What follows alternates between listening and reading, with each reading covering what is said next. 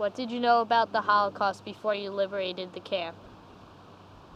Actually, what we knew was that the Jewish people were very severely treated by the Germans, very horribly treated, but nobody had any idea of what the Holocaust really was until we got there. What did you know about the concentration camps before you liberated it? Nobody knew anything about the concentration camp. The tanks that wandered in and found it were astounded.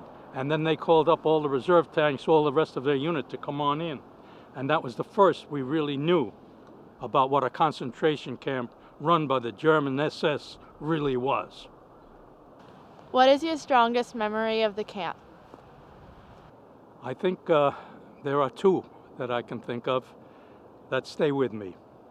The first one was when we first saw the prisoners, their appearance. They were like walking skeletons. You can't imagine until you see it personally that a human being could be so frail, so thin, so emaciated that it just tore your heart out just to see it. It was a thing that you just could not believe.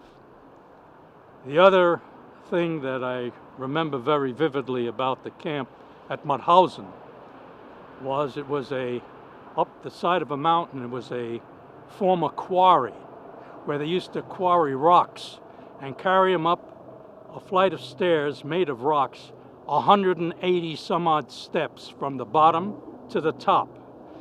And the inmates had to pick up rocks, carry them on their shoulders.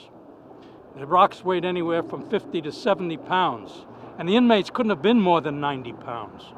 They had to carry them on their shoulders up the stairs at the side of the mountain, 180 some odd steps up the mountain. And the SS troops were with them. And if they dropped the rock, it would fall on the people behind them and they would fall off the side of the mountain.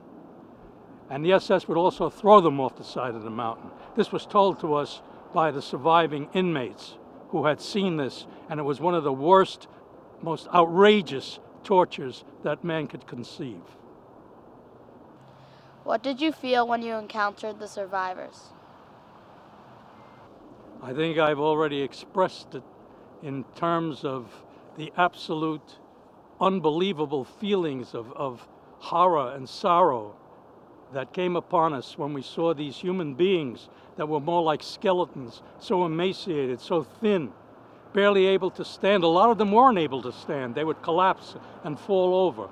They hadn't been fed in days, and it was common practice that they be denied rations. And we found this out by people in our company who could speak German and Yiddish talking to the inmates. That's how we got these stories firsthand. What motivated you to join the Army? There was a war on, and that was the patriotic thing to do. That's what we did in those days. There was a great feeling of patriotism and love of country, and that's what motivated me and a lot of others to go in. What did you do to help the people that you liberated? Well, aside from dropping off food, which we were told not to do by the medics because they were so emaciated and so starved that the intake of the food would have an adverse effect on them unless they were fed very slowly and medically. And so I didn't do much after that because I was recalled to the line where my company was left next to the Russians to take command of the company in the sector opposite the Russians. If you have seen any Holocaust movies, which one was closest to your experience? I didn't see any Holocaust movies except one, Schindler's List, and it was a very moving picture, but I don't know how close it was to any of my experiences.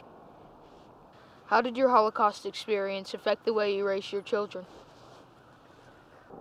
Not that I know of in any way whatsoever. It was rather my Army experience that helped me raise my children. And I don't know whether they appreciated that or not.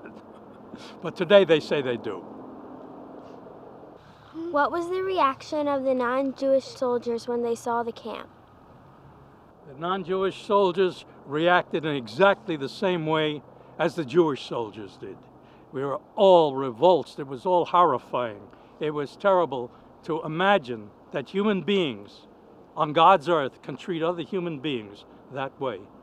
And it made no difference whether you were Jewish, Christian, you felt the same way.